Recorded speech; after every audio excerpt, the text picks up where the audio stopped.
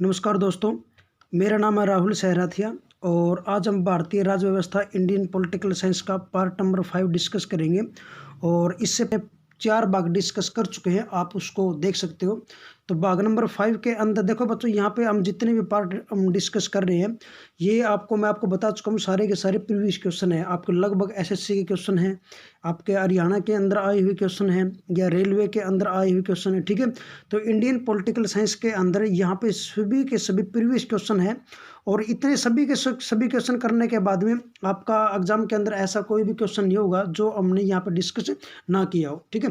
तो यहाँ पे आज के हमारे भाग नंबर 5 के अंदर जो फर्स्ट क्वेश्चन है, और फर्स्ट क्वेश्चन है कि निम्न में से किस समिति की रिपोर्ट पर लोकपाल और लोकायुक्त संस्थाओं की स्थापना की गई थी, ठीक है। तो देखो बच्चों, यहाँ पे केंद्र के अंदर एक लोकपाल होता है और एक होता है हमारे पास यहाँ पे लोकायुक्त। तो लोकायुक्त और लोकपाल ये हमारे पास में एक पद होता है, ठीक है। और इन पद के लिए संस्था बनाई गई थी, वो संस्था की सिफारिश किस समिति ने करी थी। तो प्रश्न का आंसर आता है बच्चों, प्रथम प्रशासनिक सुधार समिति, ठीक है। ऑप्शन नंबर ए इसका आंसर होगा। अपना डायरेक्ट नाम याद रखना इस समिति का, बहुत ही इंपॉर्टेंट है और इजी भी है क्वेश्चन। प्रथम प्रशासनिक सुधार और समिति, ठीक है, इसने सिफारिश करी थी लोकपाल और लोकायुक्त आपके संस्थाओं की स्थापना के लिए, ठीक है। उसके बाद में क्वेश्चन नंबर सेकंड है कि निम्नलिखित में से क्या संघ राज्य क्षेत्र नहीं है। देखो बताओ, संघ राज्य क्षेत्र का मतलब होता है आपका UT means union territory. Bharat के अंदर केंद्र शासित प्रदेश कौन सा नहीं है। वैसे आपको पता होना चाहिए, टोटल हमारे पास में पहले तो बच्चों आपकी 7 हुआ करती थी, बट आज 9 हो गई है, ठीक है। पहले 7 केंद्र शासित प्रदेश हुआ करती थी, फिर बाद में कितनी होगी हमारे पास में 2021 के अंदर 9 होगी। जम्मू कश्मीर को तोड़कर आपको 2 केंद्र शासित प्रदेश बना दिए, उसके जम्मू एंड कश्मीर अलग से बना दिया और लद्दाख अलग से बना दिया, ठीक है। तो वहाँ से 2 बढ़ गई थी, तो 7 से 9 हो गई थी। उसके बाद में फिर क्या किया बच्चों, यहाँ से 9 से फिर अब 9 भी नहीं है, अब 9 से क्या कर दिया, यहाँ से अब 8 होगी कुल मिला के। 8 कैसे होगी, यहाँ पे दादरा और नगर हवेली और दमन व दीव को दोनों को एक कर दिया। तो एक करने के बाद में अब 9 नहीं अब 8 है। अगर आपसे पूछा जाए कि एट प्रेजेंट 2021 के अंदर अभी कितनी हमारे पास में केंद्र शासित प्रदेश है, तो आंसर आता है बच्चों 8, ठीक है। तो इन 8 के 8 नाम आपको पता होनी चाहिए, इजी भी है, आसान है, आई थिंक सभी को पता होगा। तो यहाँ पे संघ राज्य क्षेत्र कौन सा नहीं है हमें ये बताना है, बिल्कुल ईजी सा क्वेश्चन है बच्चों, नागालैंड। तो नागालैंड आपका एक राज्य है, केंद्र शासित प्रदेश नहीं है, ठीक है। तो यहाँ पे इसका जो आंसर होगा ना बच्चों, वो होगा यहाँ पे नागालैंड का, यहाँ पे 4th, ठीक है। सेकंड क्वेश्चन का आंसर आपका दादरा नगर हवेली यूटी है, लक्षद्वीप भी एक यूटी है और पुदुचेरी भी क्या बच्चों एक यूटी है। उसके बाद में आपका थर्ड क्वेश्चन, निम्नलिखित में से कौन से संशोधन के पश्चात बोडो और डोगरी भाषाएं 8वीं अनुसूची के अंदर जोड़ेगी। तो देखो पहले बच्चों, तो आपने ये याद रखना बहुत ही इंपॉर्टेंट है कि 8वीं अनुसूची भारतीय संविधान की किससे संबंधित है, और वो है आपकी 22 भाषाओं का उल्लेख है इसके अंदर, भाषाओं से रिलेटेड है। और कितनी भाषाएं बच्चे, 22 भाषाओं का उल्लेख है 8वीं अनुसूची के अंदर। तो देखो हमारे संविधान के अंदर पहले 22 भाषा नहीं हुआ करती थी, आपको बिल्कुल पता होना चाहिए, बहुत ही इंपॉर्टेंट चीज़ें हैं ये। इन 22 के अंदर से पहले हमारे संविधान के अंदर 14 भाषा हुआ करती थी, 15वीं भाषा बाद में आई।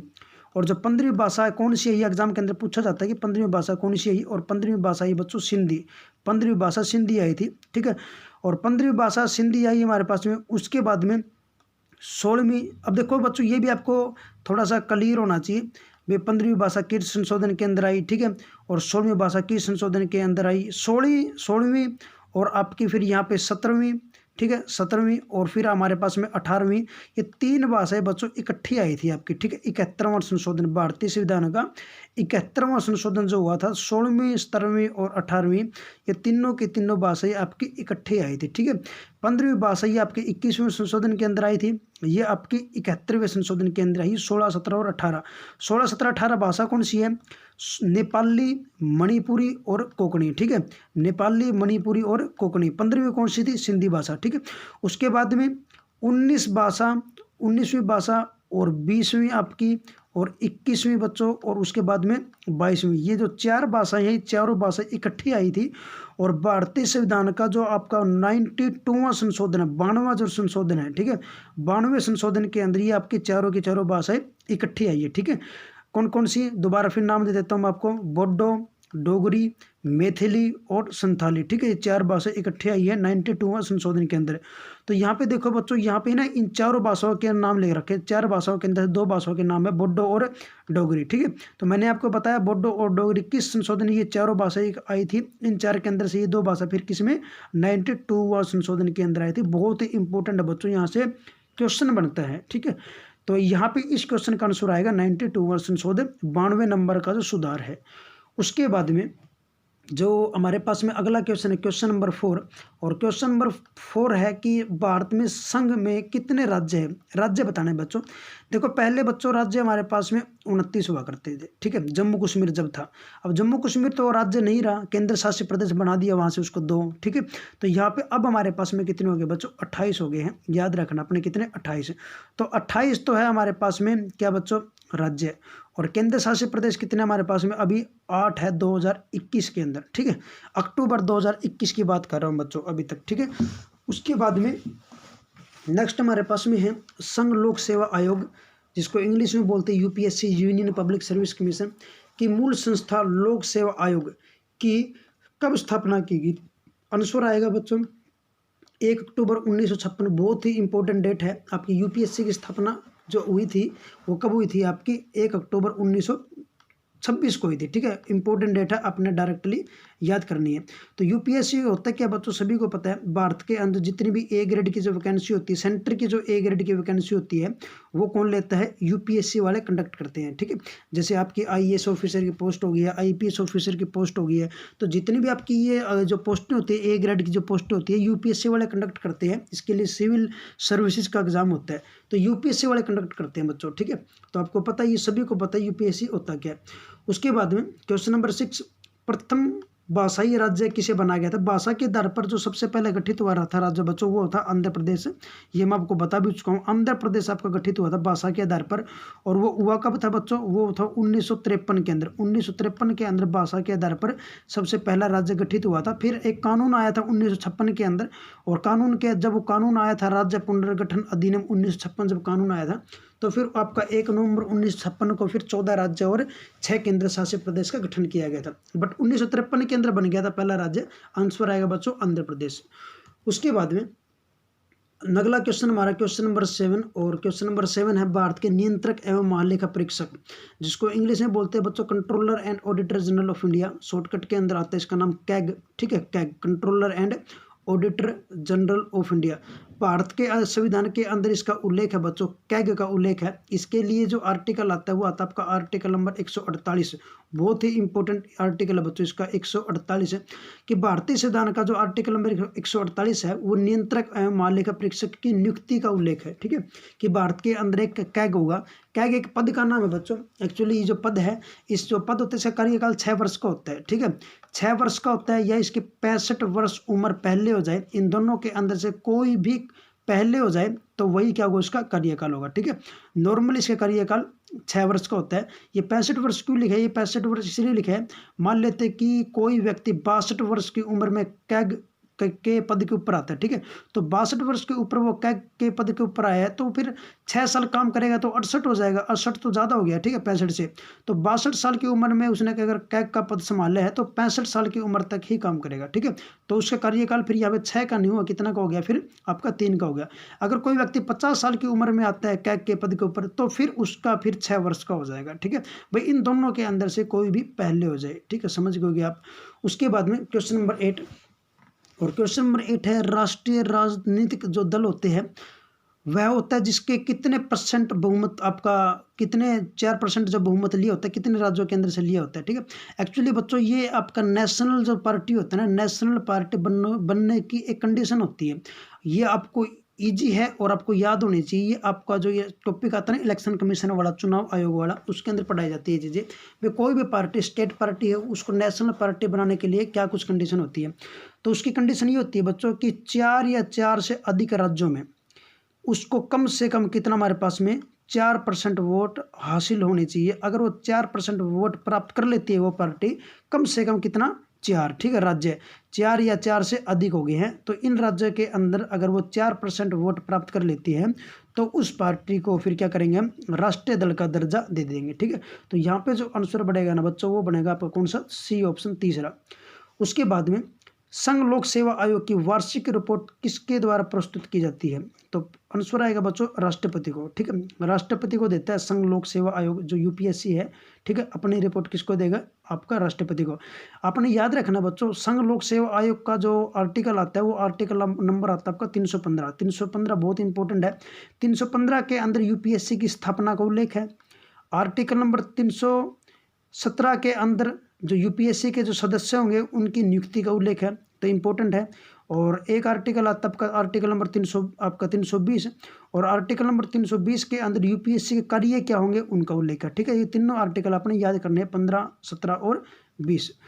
उसके बाद में बच्चों जो अगला क्वेश्चन हमारे पास में क्वेश्चन नंबर 10, और क्वेश्चन नंबर 10 है कि भारत के नियंत्रक एवं महालेखा परीक्षक की रिपोर्ट की समीक्षा करने वाली संसदीय समिति कौन सी है, तो महालेखा परीक्षक मैं आपको बता चुका हूँ बच्चों, अभी बताया कैग, ठीक है। आर्टिकल नंबर हमारे पास में 148, ठीक है।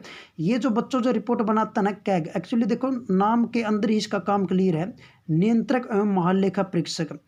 नियंत्रक का मतलब क्या होता है बच्चों, कंट्रोल करना, और महालेखा का मतलब क्या, ऑडिट करना। एक ऐसा पद होता है ये जो पैसे के लेखे जोखे को क्या करता है, कंट्रोल करता है, ठीक है। और इसकी रिपोर्ट की भी जांच होती है बच्चों, और इसकी रिपोर्ट की जांच कौन करता है, इसकी रिपोर्ट की जांच करता है लोक लेखा समिति, ठीक है, लोक लेखा समिति।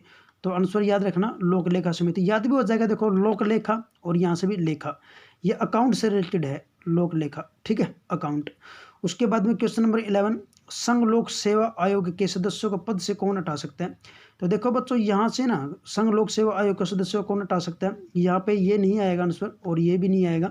यहाँ पे एक ऑप्शन और बनाओ आप, तीसरा ऑप्शन बनाओ, और तीसरा ऑप्शन के अंदर ये लिखोगे कि संघ लोक सेवा आयोग को वैसे तो राष्ट्रपति हटाएगा, ठीक है, कौन हटाएगा, राष्ट्रपति। यूपीएससी के अंदर जितने भी सदस्य आएंगे उन सदस्यों को कौन हटा सकता है, राष्ट्रपति हटा सकता है।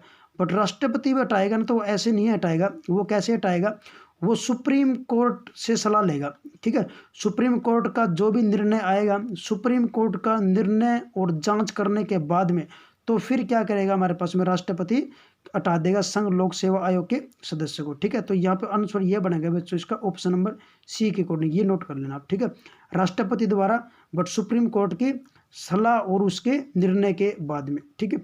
उसके बाद में क्वेश्चन नंबर 12, क्वेश्चन नंबर 12 के अंदर है कि भारत में मतदान की आयु 21 वर्ष से घटाकर 18 वर्ष कब कर दी गई थी। देखो बच्चों बहुत ही इंपॉर्टेंट क्वेश्चन आपका भाई। एक पहले ना हमारे पास में देखो, अभी हमारे पास में जो वोट डालने की उम्र है ना वो 18 वर्ष है। अगर किसी व्यक्ति की उम्र 18 हो जाए तो वो वोट डाल सकता है, ठीक है। बट पहले ऐसा नहीं था, पहले 21 भी था, ठीक है, बट अब 21 नहीं है, अब 18 हो गया है। तो जब 21 था तो 21 से 18 किस वर्ष किया गया है, तो वर्षन का आंसर आता है बच्चों 1989, ठीक है, 1989। तो ये हमारे पास में इस दिन संशोधन हुआ था, और संशोधन हुआ था बच्चों आपका 61वां संशोधन, ठीक है, 61वें नंबर का सुधार। तो भारतीय संविधान के अंदर 61वें नंबर का जो सुधार है वो कब हुआ था, 1989 के अंदर हुआ था, जिसके अंदर 21 वर्ष से घटाकर 18 वर्ष कर दी गई थी मतदान की उम्र। उसके बाद में अगला क्वेश्चन बच्चों आपका 13 कि भारत के मुख्य निर्वाचन आयुक्त, ठीक है, मुख्य चुनाव आयुक्त बोल दो इसको इंग्लिश के अंदर, चीफ इलेक्शन कमिश्नर, ठीक है, मुख्य चुनाव आयुक्त। शॉर्टकट के अंदर ऐसे आता है बच्चों चीफ, उसके बाद में इलेक्शन, फिर कमिश्नर, ठीक है, चीफ इलेक्शन और कमिश्नर। तो ये पूछ रहा है चीफ इलेक्शन कमिश्नर का जो कार्यकाल है वो कब का होता है, तो सभी को पता है बच्चों कि 6 वर्ष, ठीक है, 6 वर्ष या फिर 65 वर्ष की आयु जो भी पहले हो जाए, ठीक है। तो आंसर आएगा हमारे पास में सी आएगा। उसके बाद में देखो बच्चों चीफ इलेक्शन कमिश्नर क्या होता है आपको क्लियर है, चुनाव आयुक्त जो इलेक्शन कमीशन जो होता है जो चुनाव करवाता है उसके अंदर सबसे बड़ा पद होता है चीफ इलेक्शन कमिश्नर का, ठीक है।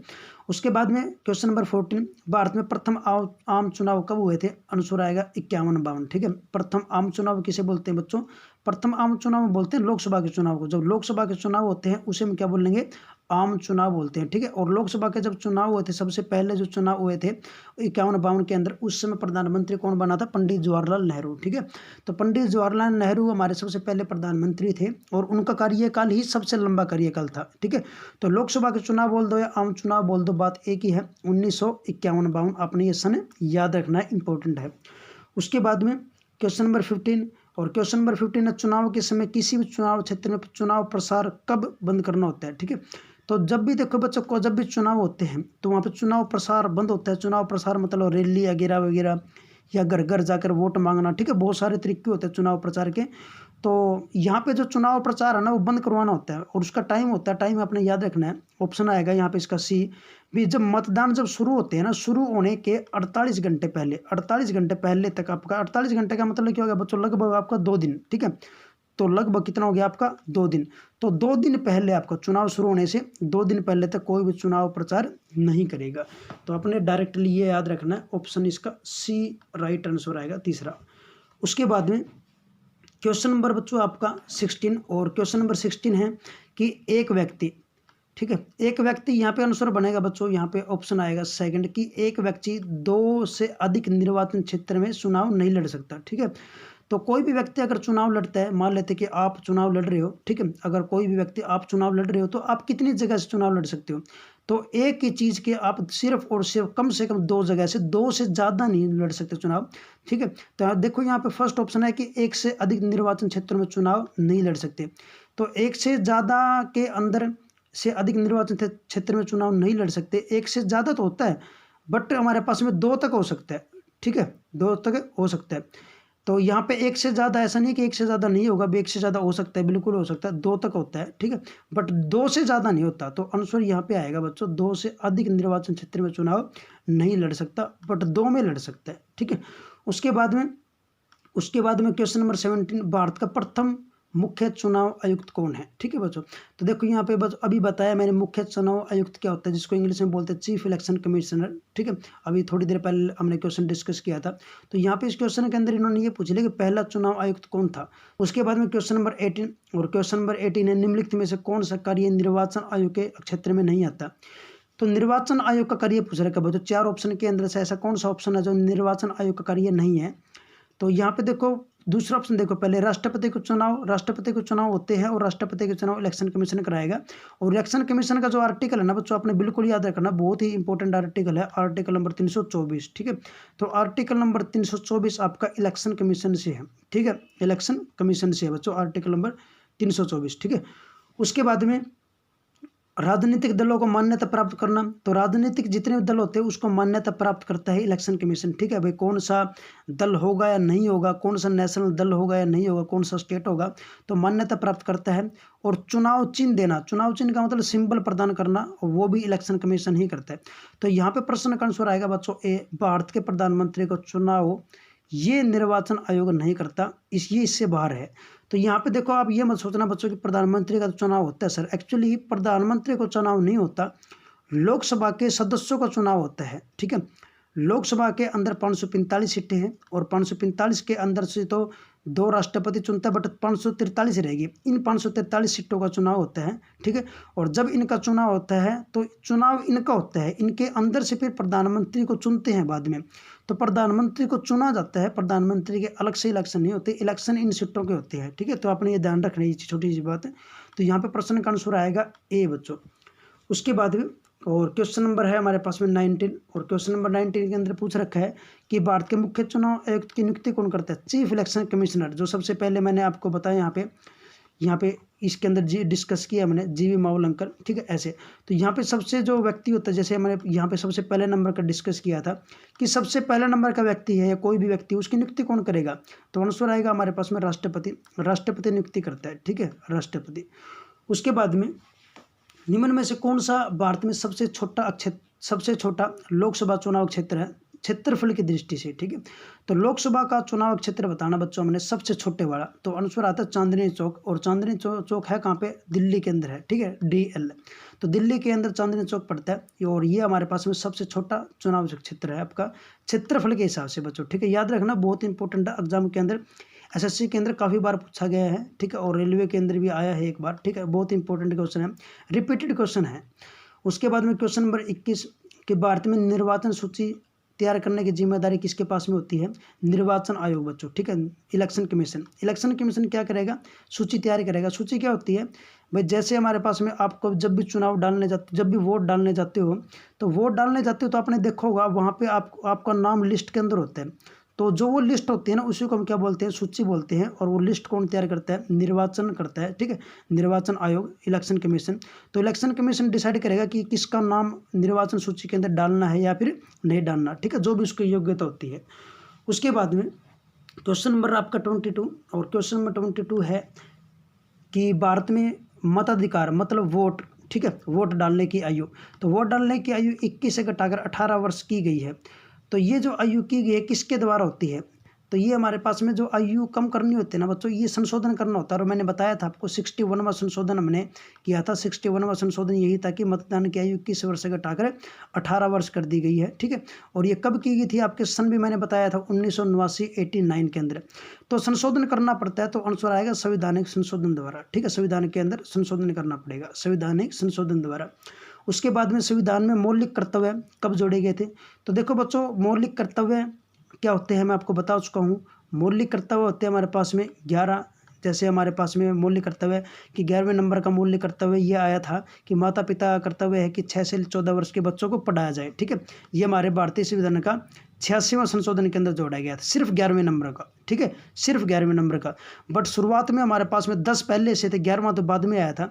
तो पहले जो 10 थे ना, ये पहले वाले 10 आपके कब आए थे, ये आए थे 42वें संशोधन के अंदर।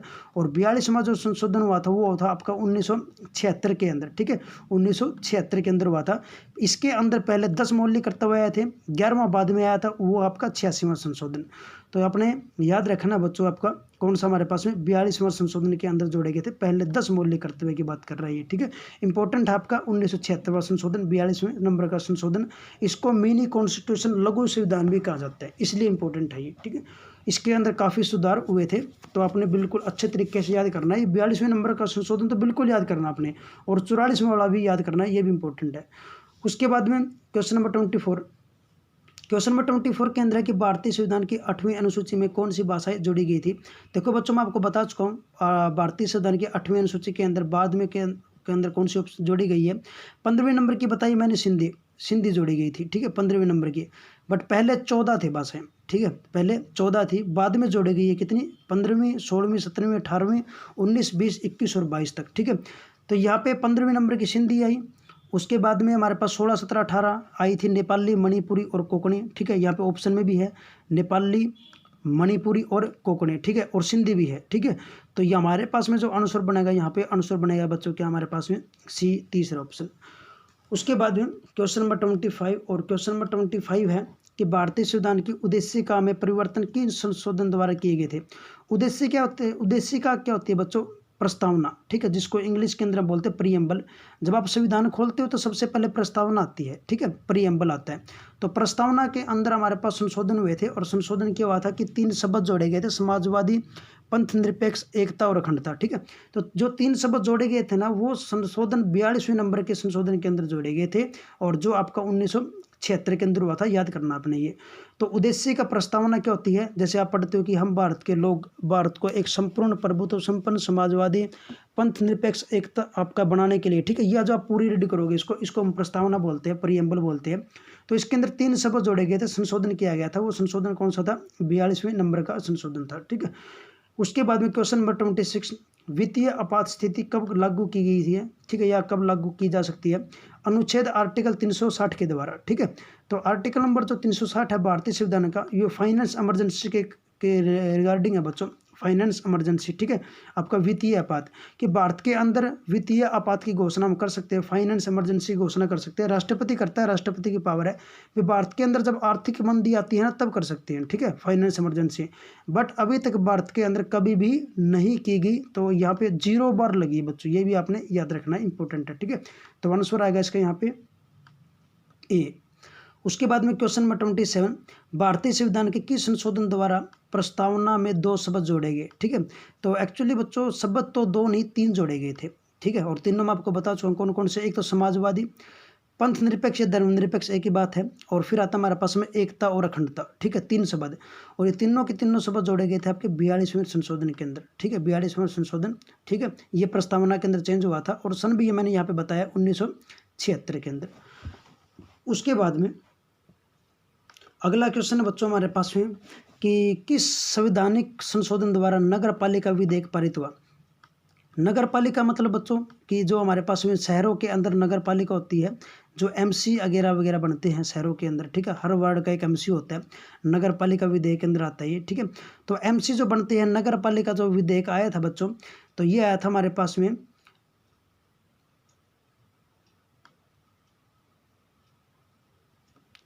ठीक है बच्चों, 74वां संशोधन। तो एक्चुअली आपने यहाँ पे आवाज़ चली गई थी बच्चों थोड़ी सी देर। यहाँ पे हमारे पास में दो संशोधन आते हैं, एक तो आता है हमारे पास में 73वां संशोधन और एक आता है हमारे पास में 74वां संशोधन। दोनों अपने याद रखना है। 73वां जो संशोधन है बच्चों, वो तो है हमारे पास में पंचायती राज से, और 74वां जो संशोधन है बच्चों, वो है हमारे पास में किससे, नगर पालिका विधेयक से, ठीक है। उसके बाद में क्वेश्चन नंबर 29, अब तक भारत के संविधान की उद्देशिका में कितनी बार संशोधन किया जा चुका? अभी बताया बच्चों मैंने, सिर्फ और सिर्फ एक बार 3 शब्द जोड़े गए थे, ठीक है, जो मैंने डिस्कस किए थे, सिर्फ एक बार संशोधन हुआ है। कौन सा बच्चों? वो भी 42वां संशोधन। उसके बाद क्वेश्चन नंबर 30, और क्वेश्चन नंबर 30 हमें बता रखा है यहाँ पे कि निम्न में से संविधान का वह कौन सा संशोधन है जिसके अनुसार महिलाओं के लिए नगर पालिका और ग्राम पंचायतों में 1/3 सीटों के लिए आरक्षण की व्यवस्था की गई है। तो देखो बच्चों, ये है हमारे पास में, अभी भी है कि हमारे यहाँ पे जो सरपंचों के इलेक्शन होते हैं गांव के अंदर या शहरों के अंदर, जो एमसी के इलेक्शन होते हैं, तो उसके लिए 1/3 मतलब 33% है, महिलाओं को चुना जाएगा, ठीक है। 33% सीट के होते हैं हमारे पास में, रिजर्व होती है 1/3 सीटें। तो ये 1/3 किस संशोधन के अंदर आई थी? तो प्रश्न का आंसर आएगा बच्चों यहाँ पे 73वां और 74वां संशोधन। तो वही है बच्चों जो मैंने आपको यहाँ पे बताया था, 73 और 74। 73 तो किसके रिगार्डिंग है? 73 तो हमारे पास में है नगर पालिकाओं, और 74 किसके रिगार्डिंग है? 74 आपका ग्राम पंचायत है, वो गाँव के लिए, ठीक है। तो यहाँ पे 73 और 74वें संशोधन के अंदर ही ये आया था, ठीक है। तो आपने याद रखना, इंपॉर्टेंट है। उसके बाद में नेक्स्ट क्वेश्चन आपका 31, और 31 क्वेश्चन के अंदर है, 31 क्वेश्चन के अंदर हमने ये डिस्कस कर रखा है कि निम्न में से वह संवैधानिक संशोधन कौन सा है जिसके द्वारा राजनीतिक दल बदल, ठीक है, या डिफेक्शन पर प्रतिबंध लगाया गया। तो ये बच्चों देखो क्वेश्चन हमारा दल बदल का क्वेश्चन है। दल बदल का मतलब क्या होता है कि कोई भी व्यक्ति एक पार्टी को छोड़कर दूसरी पार्टी के अंदर नहीं जाएगा, ठीक है। उसकी कंडीशन होती है जाने की, जैसे मान लेते हैं कि कोई भी व्यक्ति एमएलए बन गया किसी भी एरिया से और वो बीजेपी पार्टी से है, तो जैसे बीजेपी पार्टी से वो एमएलए बन गया, तो ऐसा नहीं कि एमएलए बनने के बाद वो बीजेपी को छोड़कर फिर कांग्रेस के अंदर चला गया, ठीक है। उसको हम क्या बोलते हैं? दल बदल, ठीक है, डिफेक्शन बोलते हैं। तो पार्टी नहीं छोड़ सकता। हाँ, पार्टी तब छोड़ सकता पहले एमएलए का पद छोड़ो। अगर एमएलए का पद छोड़ दिया फिर वो क्या कर सकता है? पार्टी को छोड़ सकता है। तो इसके ये कुछ कंडीशन होती है। तो यहाँ पे संशोधन पूछ रखा है कि ये संशोधन किस तय का आपका कब बनाया गया था, संशोधन नंबर कौन सा है? तो प्रश्न का आंसर आता है बच्चों यहाँ पे आपका 52 संशोधन, ठीक है, 52 संशोधन, और हुआ कब था? आपका 1985 के अंदर हुआ था, ठीक है। तो 52वें संशोधन, 92वें नंबर, आपका 52वें नंबर का सुधार 1985 के अंदर जो हुआ था, इसके अंदर ये आपका आया था, ठीक है। आंसर आपका हो जाएगा फिर 4। उसके बाद में क्वेश्चन नंबर आपका 32 बच्चों, और 32 है कि मूलभूत अधिकारों की सूची में से किस संविधान संशोधन द्वारा संपत्ति के अधिकार को हटाया गया? तो संपत्ति का अधिकार मैंने आपको बताया कि कानूनी अधिकार हो गया है हमारे पास में। फंडामेंटल राइट्स पहले 7 थे और 7 नहीं है, अब कितने हमारे पास में? 6 है, एक काट दिया, और कौन सा कटा हमारे पास में? संपत्ति का अधिकार, ठीक है। तो संपत्ति का अधिकार कब काटा गया बच्चों? ये काटा गया था 44वां संशोधन, 44वें नंबर का संशोधन के अंदर काटा गया था। उसके बाद में भारत में पंचायती राज प्रणाली संविधान के किस अनुच्छेद के निर्देश के अंतर्गत शुरू की गई थी? तो आंसर आता है बच्चों 40। बहुत इंपॉर्टेंट है, वेरी वेरी इंपॉर्टेंट क्वेश्चन। वे जो भारतीय संविधान का जो आर्टिकल नंबर 40 है ना, वो पंचायती राज के गठन से है, ठीक है। पंचायती राज का जो गठन होता है वो आपका आर्टिकल नंबर 40 के अकॉर्डिंग होता है, ठीक है। पंचायती राज गाँव के अंदर जो सरपंच वगैरह वगैरह बनती है, ठीक है, आर्टिकल नंबर 40 के अकॉर्डिंग होता है। उसके बाद में क्वेश्चन नंबर 34, और क्वेश्चन नंबर 34 है कि भारतीय संविधान में किसकी सिफारिशों पर मूल कर्तव्य को जोड़े गए थे, सम्मिलित किए गए थे? तो मूल कर्तव्य क्या होते हैं? मैंने आपको बताया कि 11 मूल कर्तव्य है, ठीक है। तो 11वें नंबर का मूल्य कर्तव्य मैंने आपको डिस्कस किया, जैसे 6 से लेकर 14 वर्ष के बच्चों को पढ़ाना, ये माता पिता का क्या कर्तव्य है, ठीक है, ऐसे। तो मौलिक जो कर्तव्य होते हैं बच्चों, ये आपकी किस समिति की सिफारिश से जोड़े गए थे? प्रश्न का आंसर आता है सवर्ण सिंह समिति। Very very important. सवर्ण सिंह समिति के आधार पर क्या जोड़े गए? मौलिक कर्तव्य जोड़े गए, ठीक है। उसके बाद में क्वेश्चन नंबर 35, संविधान का कौन सा संशोधन राजनीतिक दल बदल से संबंधित है? अभी हमने डिस्कस किया है बच्चों, 52वां संशोधन, ठीक है, 52वां संशोधन। भारत के संविधान की कौन सी अनुसूची राज्यसभा में सीटों के बंटवारे को निर्धारित करती है? तो बच्चों यहाँ पे क्वेश्चन का आंसर आएगा चौथी अनुसूची, ऑप्शन फर्स्ट बनेगा। तो भारतीय संविधान के अंदर देखो यहाँ पे जितनी भी अनुसूचियाँ हैं सभी की सभी अनुसूचियाँ आपने याद करनी है। हमारे पास यहाँ पे 12 अनुसूची का डिस्कशन है, ठीक है, 12 अनुसूची आती है। तो 12 अनुसूची के अंदर चौथे नंबर की अनुसूची है, उसके अंदर राज्यसभा की सीटों का उल्लेख है। कैसे?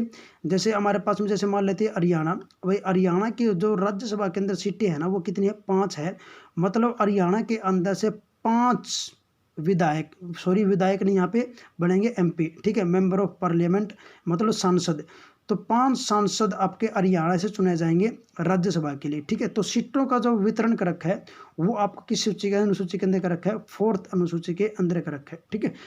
उसके बाद में अगला क्वेश्चन है बच्चों हमारे पास में 37, और क्वेश्चन नंबर 37 के अंदर ये पूछ रखा है कि निम्न में से ऐसी कौन सी सेवा जो अखिल भारतीय सेवा नहीं है? अखिल भारतीय सेवा को इंग्लिश में बोलते हैं बच्चों ऑल इंडिया सर्विसेज, ठीक है, ऑल इंडिया सर्विसेज। तो ऑल इंडिया सर्विसेज क्या होती है? देखो ये हमारे पास में जो भारतीय पुलिस सेवा है ये ऑल इंडिया सर्विसेज है। भारतीय प्रशासनिक सेवा ये भी ऑल इंडिया सर्विसेज है। भारतीय वन सेवा ये भी ऑल इंडिया सर्विसेज है। भारतीय विदेश सेवा ये आपकी ऑल इंडिया सर्विसेज नहीं है, अखिल भारतीय सेवा नहीं है। तो यहाँ पे जो क्वेश्चन का आंसर होएगा ना वो क्या होएगा हमारे पास में? ए होएगा बच्चों, ठीक है। उसके बाद में भारत में आम चुनाव किस सिद्धांत पर होते हैं? तो भारत के अंदर आम चुनाव क्या होते हैं बच्चों? मैंने आपको बताया कि लोकसभा के जो चुनाव होते हैं उसे हम क्या बोलते हैं? आम चुनाव बोलते हैं। जो आपके जैसे सबसे पहले कब हुए थे? 1951-52 के अंदर हुए थे, ठीक है, 1951-52 के अंदर हुए थे। तो जब आपके उन आम चुनाव होते हैं तो इसके अंदर जो वोट डालते हैं, वोट डालने का अधिकार आम लोगों को होता है, ठीक है। राज्य के अंदर जो आम लोग होते हैं हमारे पास में वो वोट डालते हैं हर राज्य के। तो यहाँ पे प्रश्न का आंसर आएगा बच्चों प्रादेशिक प्रतिनिधित्व, हर राज्य के, ठीक है। प्रादेशिक का मतलब प्रदेश, भी हर राज्य के हर प्रदेश के लोगों का क्या होगा? यहाँ पे प्रतिनिधित्व होगा, ठीक है। तो यहाँ पे आंसर क्या बनेगा? प्रादेशिक प्रतिनिधित्व, ठीक है, ऑप्शन आपका सेकंड। उसके बाद में मत देने का अधिकार किस कोटि से संबंधित है? मत का मतलब वोट देना। तो वोट देने का अधिकार जो अधिकार होता है ना बच्चों वो तो आपका राजनीतिक अधिकार होता है, ठीक है। एक राजनीति के लिए हम करते हैं, ठीक है, तो राजनीति के लिए करते हैं तो राजनीतिक अधिकार होगा। उसके बाद में क्वेश्चन नंबर आपका 40, राज्य के लिए एक निर्वाचन याचिका का निर्णय करने का अधिकार किसको है? देखो बच्चों यहाँ पे क्वेश्चन का मतलब क्या है, क्या बोलना चाह रहा है क्वेश्चन के अंदर कि राज्य के लिए एक निर्वाचन याचिका, भी अगर राज्य के अंदर जैसे किसी का चुनाव होता है, जैसे मान लेते हैं हमारे पास में कि सरपंच का चुनाव हो रहा है या फिर हमारे पास में एमसी का चुनाव हो रहा है, ठीक है। अगर शहरों के अंदर एमसी का चुनाव हो रहा है, अगर कोई विवाद हो गया, कोई झगड़ा हो गया, ठीक है, तो उसका निर्णय करने का अधिकार किसको है ये पूछना चाह रहे हैं, ठीक है। तो यहाँ पे प्रश्न का आंसर आएगा बच्चों उच्च न्यायालय, हाई कोर्ट। भाई हर राज्य के अंदर एक हाई कोर्ट होती है, हर राज्य की एक हाई कोर्ट होती है। तो उस राज्य की हाई कोर्ट ही क्या करेगी? फैसला करेगी, निर्णय करेगी, ठीक है। उच्चतम न्यायालय नहीं आएगा बच्चों यहाँ पे। उच्चतम न्यायालय क्या करेगा हमारे पास में? ये करेगा भारत के जब इलेक्शन होते हैं, स्टेट के नहीं, भारत के कैसे? जैसे हमारे पास में जैसे मान लेते हैं, समझने के लिए आपको मैं इजी से बताऊं, प्रेसिडेंट, राष्ट्रपति। अगर राष्ट्रपति का चुनाव होता है, वाइस प्रेसिडेंट का चुनाव होता है, तो उसके रिगार्डिंग फिर केस कहाँ पे जाएगा? फिर जाएगा आपका उच्चतम न्यायालय। बट यहाँ पे क्या कह रहा है? राज्य के लिए, ठीक है, एक निर्वाचन याचिका का। तो फिर आंसर क्या आएगा? राज्य के केस में फिर आएगा हाई कोर्ट आपका। अगला क्वेश्चन बच्चों कि वह पहला राज्य कौन सा है जिसने परिसीमन के अधीन मतदान करवाया था? प्रश्न का आंसर होता है बच्चों कर्नाटक। कर्नाटक ने करवाया था परिसीमन, ठीक है। परिसीमन क्या होता है बच्चों? परिसीमन आयोग का जो गठन करता है वो इलेक्शन कमीशन करता है, ठीक है, परिसीमन आयोग। इसके अंदर क्या होता है कि कोई भी सीट हमने कम करनी है, ज़्यादा करनी है, कोई भी एरिया कम करना है या ज़्यादा करना है। जैसे आपने सुना होगा भाई पहले ये एरिया जहाँ पे चुनाव होते हैं पहले ये हिसार में आता था, बट अब वो जींद के अंदर चला गया, ठीक है। तो कोई भी एरिया आपका एक ज़िले के अंदर काट कर दूसरे ज़िले के अंदर करना हो, ठीक है, कम ज़्यादा करना हो, तो ये करने का अधिकार किसको होता है? परिसीमन आयोग का होता है। और परिसीमन आयोग का गठन कौन करता है? इलेक्शन कमीशन करता है। तो ऐसा सबसे पहले कहाँ पे किया गया था? तो फिर प्रश्न का आंसर आएगा बच्चों कहाँ पे? कर्नाटक। उसके बाद में अगला क्वेश्चन, अखिल भारतीय सेवा के सदस्य की सेवा कौन करते हैं? ठीक है, तो एक्चुअली बच्चों यहाँ पे अखिल भारतीय सेवा मैंने आपको यहाँ पे बताई है कि जैसे IAS है, ठीक है, IAS, ठीक है। तो IAS ऑफिसर जैसे ये हमारे पास में अखिल भारतीय सेवा के अंडर में आते हैं। तो ये किसकी सेवा करते हैं? ये आपके केंद्र सरकार की करेंगे, बिल्कुल करेंगे, राज्य की करेंगे, राज्य की भी करेंगे, संघ की नहीं करते, ठीक है। ये संघ और आपका राज्य दोनों की करेंगे। तो यहाँ पे प्रश्न का जो आंसर आएगा संघ और राज्य, मतलब सेंटर के लिए भी करेंगे। सॉरी बच्चों, यहाँ पे ना संघ राज्य केंद्र का मतलब यहाँ पे यूटी, तो यूटी के लिए भी करते हैं, ठीक है। ये क्या करते हैं, यूटी के लिए भी करते हैं। तो यहाँ पे जो प्रश्न का आंसर बनेगा ना वो बनेगा आपका फोर्थ, संघ और राज्य सरकार। तो राज्य सरकार कहाँ पे होगी, एक राज्य के अंदर होगी, ठीक है। और संघ सरकार कहाँ पे होगी, केंद्र के अंदर भी होगी और कहाँ पे, यूटी के अंदर भी, ठीक है। क्योंकि यूटी का जो कंट्रोल करता है वो कौन करता है, एज ए प्रेसिडेंट करता है, ठीक है। और प्रेसिडेंट के पास में जो पावर होती है आप क्या समझो, पीएम के ऊपर वही पावर होती है, ठीक है। मतलब कंट्रोल कौन करता है, पीएम ही करता है।